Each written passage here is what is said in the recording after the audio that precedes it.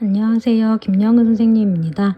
오늘은 6쪽에 고치고 싶은데 반복하는 습관은 무엇인가요? 를 주제로 사도행전 3장 12절에서 26절의 말씀을 같이 나눠보도록 할게요. 먼저 관찰하기부터 보면 오늘 본문에서 가장 기억에 남는 구절과 이유는 무엇인가요?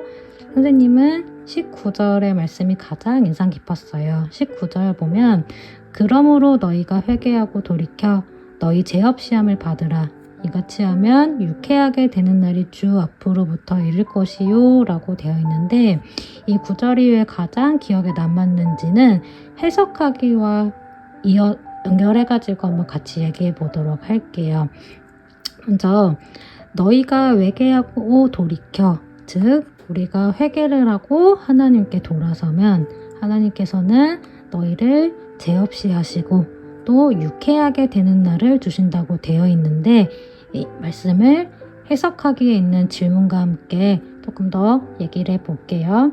하나님께 돌아서면 하나님은 무엇을 주시나요? 아까 얘기했던 것처럼 하나님께 돌아오는 길은 회개라고 생각을 했어요. 그리고 이 회개에 대한 하나님은 분명한 응답을 주시는데 하나님께 돌아서면 무엇을 주시는지 두 가지로 나눠서 얘기해 볼게요. 먼저 하나님께 돌아서면 제사함을 주신다고 생각을 해요. 베드로는 회개하고 돌이켜 너희 죄업 시험을 받으라고 얘기하죠. 이때 하나님께 돌아온다는 것은 잘못을 인정하며 방향을 바꾸는 것이고 그때 하나님은 정죄가 아니라 용서를 하시고 제사함을 주신다고 생각했어요.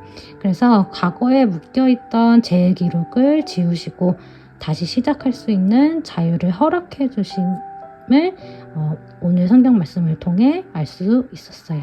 그럼 두 번째로 하나님께 돌아서면 하나님께서는 새롭게 되는 때를 주신다고 생각했어요.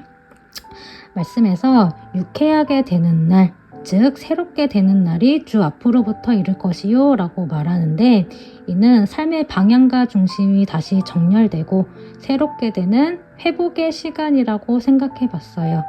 즉 우리가 회개함을 통해서 무너졌던 마음, 힘들었던 일들이 하나님 앞에서 회복되고 새롭게 될 것이라고 생각해요. 그러면 적용하기로 한번 넘어가 볼게요. 하나님이 보시기에 고쳐야 할 모습은 무엇이 있을까요? 오늘 성경 말씀에서 베드로는 사람들에게 너희가 예수님을 넘겨주었다라고 얘기하죠. 이때 사람들은 예수님을 직접 죽이지 않았다고 생각했지만 하나님께서 보시기에는 하나님의 뜻을 거부하고 외면하는 마음이 문제였다고 생각해요. 즉 말씀을 통해 하나님이 보시기에 고쳐야 할 모습은 큰 죄가 아니라 하나님보다 사람의 판단을 따르거나 아니면 책임을 피하려는 태도일 수 있어요. 그래서 우리도 중요한 선택 앞에서 사람의 시선을 더 따르지는 않았는가, 또는 잘못된 선택을 했으면서도 몰랐다고 말하지는 않았는가, 이렇게 되돌아보는 시간을 가지면 좋을 것 같아요. 근데 더 중요한 거는 베드로가 너희가 알지 못하고 행하였고 회개하고 돌이켜라 라는 구절이 더 중요하다고 생각해요. 그래서 하나님께서는 돌이킬 수 있는 기회를 주시고 그리고 회개하면 하나님을 기준으로 다시 선택하도록 새롭게 되는 길을 열어주신다고 생각을 했어요. 자, 그러면 오늘 주신 말씀을 묵상하면서 기도하고 오늘의 큐티를 끝내도록 하겠습니다.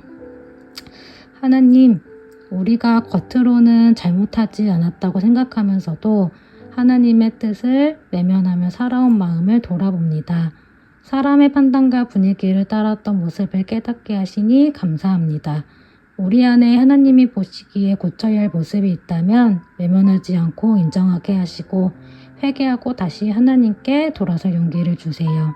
우리를 정죄하지 않으시고 돌아올 길 열어주시는 하나님께 감사드리며 예수님의 이름으로 기도드립니다. 아멘. 모두 수고 많으셨습니다.